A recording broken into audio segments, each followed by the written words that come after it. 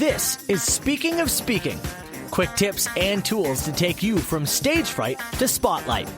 This podcast gives you an inside look from the world of public speaking and the speaking secrets you need to be bold from the stage, no matter what business you're in.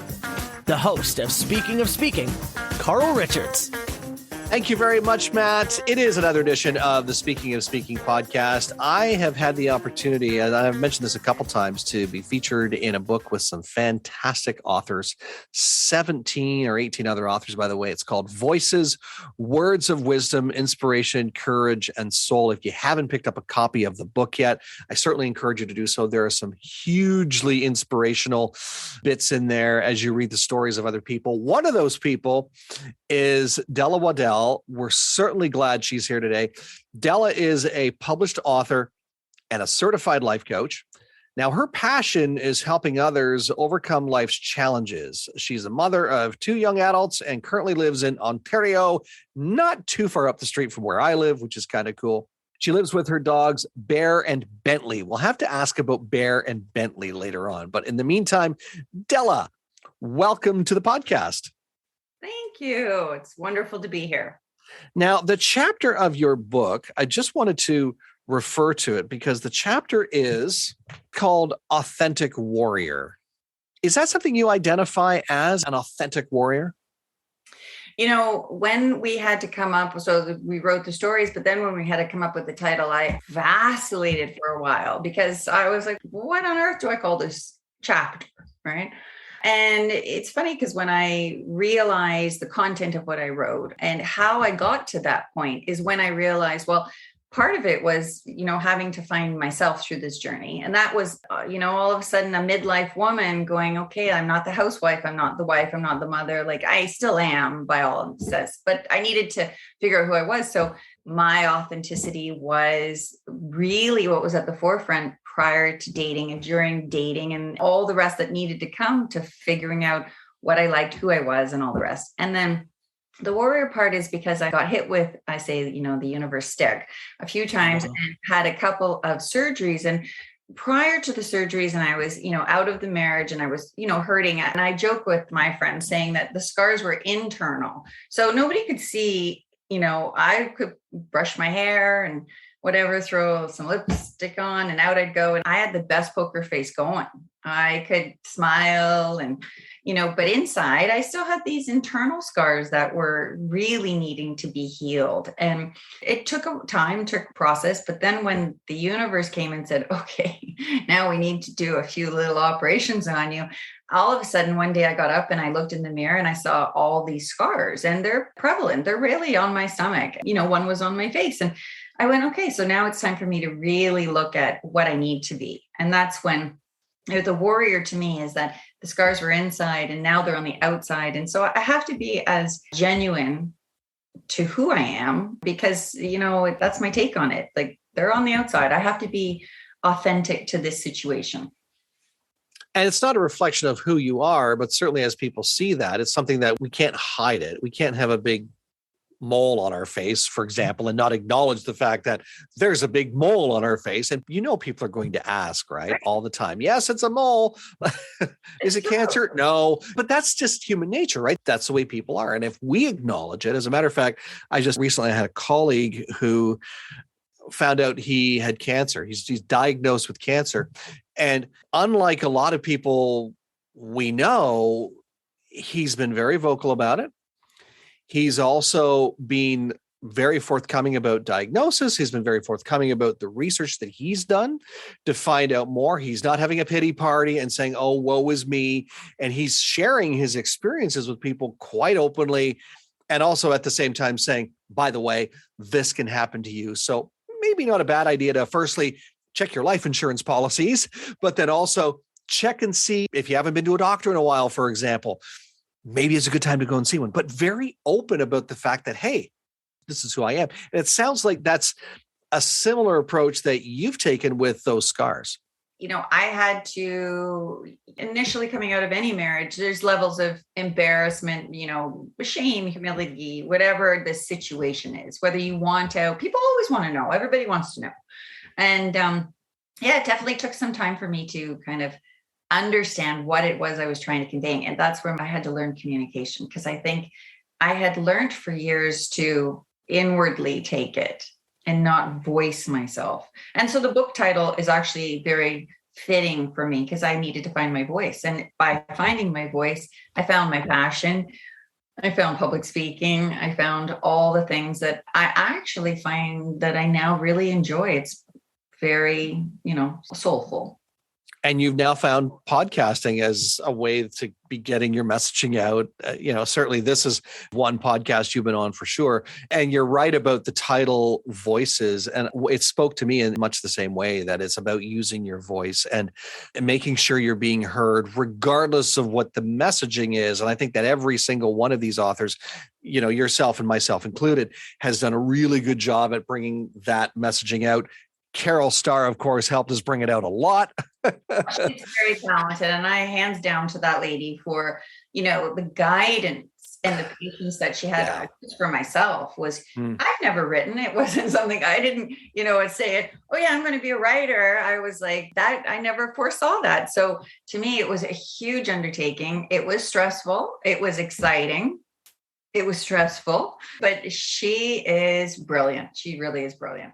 I like that. It was stressful. It was exciting. It was stressful. It was stressful. Still exciting, but stressful all the way around. But at its moments, for sure. An amazing process. And I like how individual authors have taken this. And this is one of the things, a great platform to say this, of course, because, I work with a lot of speakers and coaches and consultants. And a lot of them are saying, well, if I only had a book so I could have more speaking gigs. Well, certainly this is a way to get more speaking gigs, if not on physical stages and on podcasts, but also have your voice come out in different ways, because this is not a business book. This is not you and I and everyone else in here talking about what we do best. These are personal, sometimes really personal, deeply personal stories and, circumstances and tragedies in some cases that we've overcome and worked through. So congratulations to you for what you've done and what you've contributed to the book. I want to get back to this bit about communication though, because you say it's been a learning curve for you, but it's also been a springboard, because that's how you've embarked on this journey to being a life coach, is through experiencing all of this. Yeah. Communication is something that I think we take for granted as people. I think we forget sometimes how important it is to really just genuinely ask somebody, take the time to stop and ask somebody, especially your partner, the person in your life, even your kids for that matter, how is your day going? But not in the aspect of, oh yeah, I'm washing the dishes. How's your day going? I mean, like really, okay, I'm going to pay attention to you and tell me what's going on. And I think that I took some courses that I needed to find out about myself. And that was, but they were eye-opening. I have to say, like, I like where I am today. I remember people when I first started dating saying, you're not ready. And I was like, what do you mean I'm not ready? But I can understand now. I don't think I had the skills to understand what I needed to move into and how to deliver my deliverance, maybe being Sagittarius. I don't know. I'm going to yell at Sagittarius. What do you mean? But, I can be blunt and I suppose show my expressions on my face. I mean, I'll own my own stuff. And that was part of being authentic, was learning to own, who I am. And by far, I'm not perfect. And, my ex and I probably have more communication now all this time later than we did during a 23-year marriage, and I will own that part of it. I will own part of it, not all of it. I will own my part of it. Phenomenal. And you've passed these tools along to your clients as you go. And one of the things you said that was very interesting here about the communication piece, you alluded to it where, your spouse walks in or somebody walks in and says, hey, how was your day? And it's while you're doing dishes or while you're doing something else. So you're not doing probably what the most important piece of communication is, and that's listening. It's so easy for us to just speak. But equally as important, if not more important, is listening. Definitely listening and actually hearing them. And I think you hear a lot of people say, oh my God, they didn't hear me. Like people being when their emotions are high and they're saying they're not hearing me. I think that's because people tend to take things back to themselves. I mean, I've also had to practice this where somebody says, oh, blah, blah, blah happened to me. And you go, oh yeah, it happened to me too. But it's not sort of what they're looking for. They're trying to explain the situation. And I think that that's been a learning curve, even for myself. It still is at times, where it's so important to take the time to really stop what you're doing and everything else out of the brain and just pay attention. Because when people are speaking about something that's very, whether being vulnerable or expressing something or anger or whatever, they really need to be heard. And that in itself is, something that we take for granted, because hi, how are you is as much as the same as I love, the word love. And I use that word like you can love a tree, or, love the sky. But sometimes we just are such a fast-paced world that we need to kind of stop and acknowledge. I think we need to stop and acknowledge. And by the way, my guest today is Della Waddell. We're having a great discussion about a number of different things here, including her contribution in the book Voices and communication and life coaching and all kinds of things. But I think the other piece of that equation is that sometimes the language or the conversations that we engage in, it's all the superficial stuff. It's the, hi, how are you today? Oh, what about that weather? And when you're having weather conversations, that's what one of my partners used to refer to them as is weather conversations. That's not really, it's communication, but it's probably the most, if you think you're getting anywhere with weather conversations, open a window, because there's more to it. But there's no substance. Yeah. If I'm, newly dating or, meeting somebody and we start talking about the weather, I'm like in my head, I'm going, bah, bah, bah, like this. Okay, we got to back up here a bit, because either we're going to be friends or, you have to have more substance and you have to be vulnerable. I think that's part of it too. You have to be able to say something in a constructive way that you're not going to hurt the person, or, there's a lot to communication. And I think all of us can be in different times and different places of our life where communication can be hard. I think it's a rule of speaking too, is certainly when you're getting on platforms, whether they be podcasts or, bigger stages, when we can do that again, that you have to be vulnerable. You have to be able to open yourself up to your audience. And again, that can be an audience of one, as in one-on-one with your partner, or that can be an audience of, 1,001 people who are receiving your message. Is being vulnerable and being able to say, and not just say, but show that compassion when you say, yeah, I know where you've been, because those are the shoes that I've walked into. That's huge. Bought them from a different store maybe, but a very similar pair of shoes that I've walked in. So if you're an entrepreneur, for example, and you're struggling, I get it. I did that too. I also wanted to talk about the type of life coaching that you do, because life coaching is a very broad term, but you actually talk more about midlife coaching, and you work predominantly, I think, with women, correct? Yeah, I mean, I don't want to say that men can't be part of this, because I think that, depending on who you are, sure. I think everybody can relate. I think life coaching is, everybody can be a life coach nowadays. So when I got my certificate as a life coach, then I kind of had to play around with, well, where do I want to be in life coaching? Because I think it's too broad of a spectrum and it's important to kind of narrow down. So of course, relationships are important to me. That is by far the one thing that's important to me.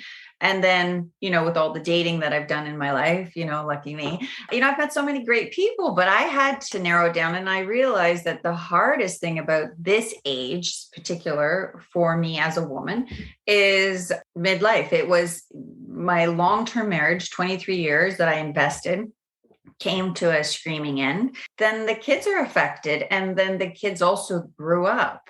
So nothing stopped. The only thing that stopped was me. And then I stopped myself. And then all of a sudden I was like, okay, what am I doing here? And then as I kind of continued on, I realized that I'm definitely, for midlife for women and, in the 40s, 50s, your life is transitioning, whether it's through divorce, whether it's separation, whether you're never married. I even have a very good friend who's a widow.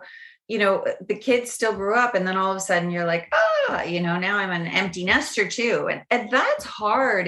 I think when we first have our baby, you're like, yeah, when you're 18, out the door you go. But when they get 18, 19, 20, 21, 22 kind of thing, as that goes on, they do feed our souls, and we're parents through and through, So I think that for me, that was, I hung on tight to my kids because that was my identity.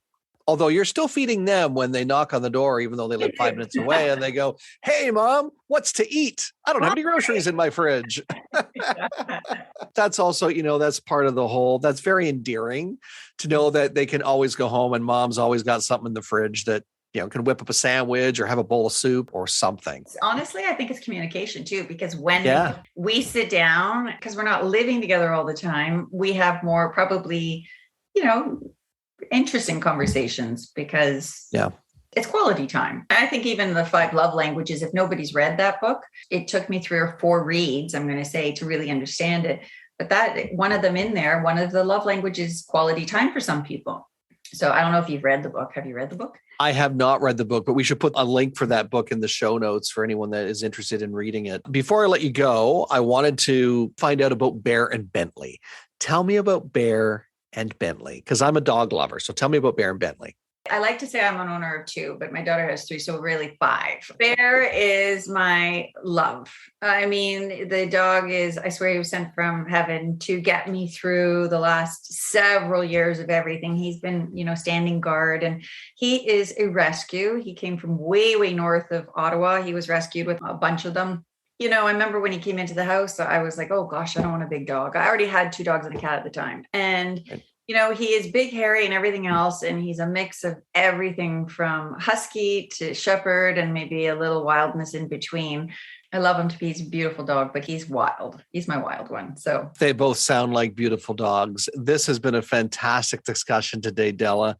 Before I let you go, though, I want you to give me the opportunity to just share with people, for anyone who's wanting to find out more about you, or maybe they'd like to find out more about your services or how they can work with you. What's the best way for them to reach out to you? I've just started an Instagram place. They can find me at Dear Della 22. It is under construction. It will be popping up very soon. You can also reach me at my email, which is della.waddell@simpatico.ca. I'm happy to speak to anybody. If anybody, wants to further podcast, I think it's definitely, we're all in this place together, and I don't think anybody should feel alone. And we're going to put those links in the chat, by the way, for you to connect with Della Waddell. Before I let you go, though, any final thoughts? Thank you so much for having me today. First of all, that's amazing. And I love being here. I think the final thoughts is, and I do believe that everybody has a story to tell, and everybody should be heard, and if you need help, I'm here to help and listen, and it's just what I do. Wow. That's a great way to end it. So we'll say thank you so much, Della, for being on the show today. It's been a pleasure. Thank you so much. And until next time, get out there and own the platform. Thanks for listening to the Speaking of Speaking podcast. Fired up about something you heard today? Want to learn more? Be sure to visit carlspeaks.ca. And don't forget to follow Carl on Twitter @CarlRichard72 or join the Facebook group Speaking of Speaking.